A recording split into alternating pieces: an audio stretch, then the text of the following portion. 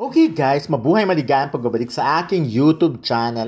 Nakikita nyo naman tong picture na to. Talagang partner-partner si Greg, si Angelica, of course, si Norman at si Bella. At si Kim Chiu lang ang walang kapartner kaya siya yung nasa gitna.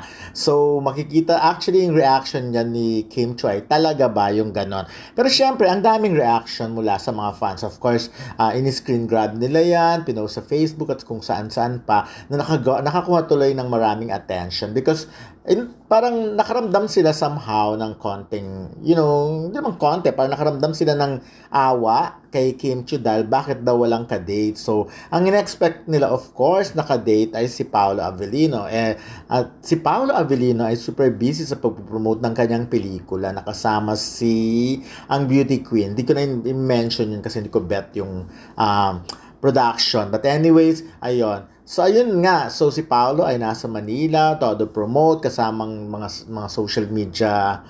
Nagkaroon siya ng screening para sa movie na yon. Samantalang, ayun nga, magkasama naman ang Becky, sila Angelica, Bella, and Kim.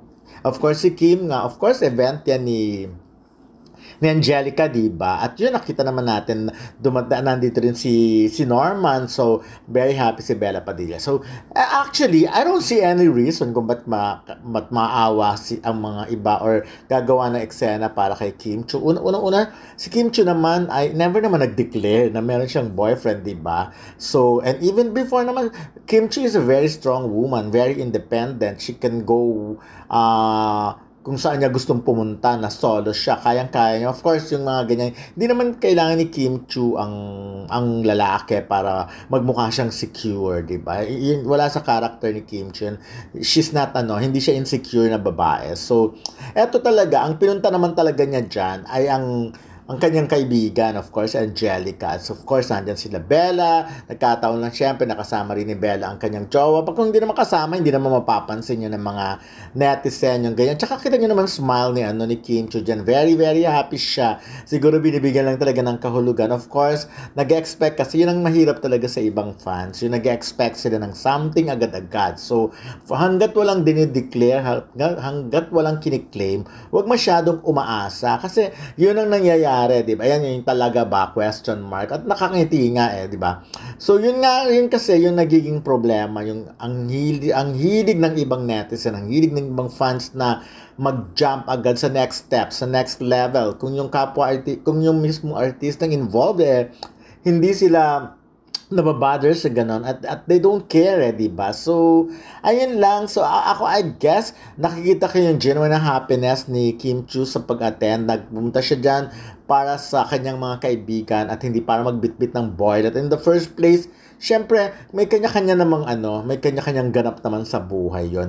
Si Angelica ay asawa, si Greg talaga. Si Bella ay talagang boyfriend naman si Norman. At si Kim naman, wala na nga again. Wala siyang dineclare, wala siyang kinlame, wala siyang pinagyabang, wala siyang sinabi na in a relationship sila ni Paolo Avellino para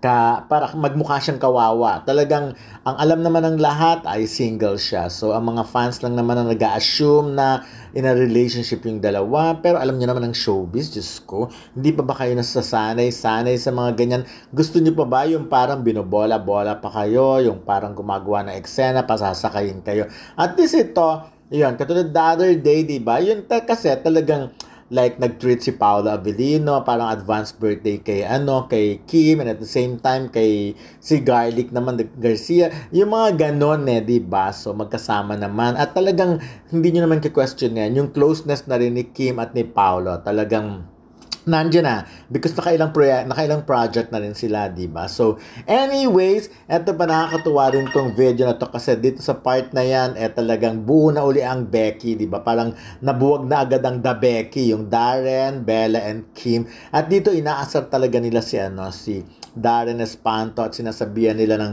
Darren, sorry Darren, buo na kami ulit. Sorry Darren out. Sabi nga ni Angelica, I'm back. Yung mapang-asar na niya kay Darren. But of course, another joke at kwentuhan lang naman. At biruan lang naman yan, diba? So, pero si Kim at si Darren ay very close talaga. Kahit ang angulo, nakakatuwa ang bardagulan nilang dalawa. So, yun na muna for now. Huwag masyado kasi mag-isip pang iba. Masyadong jump agad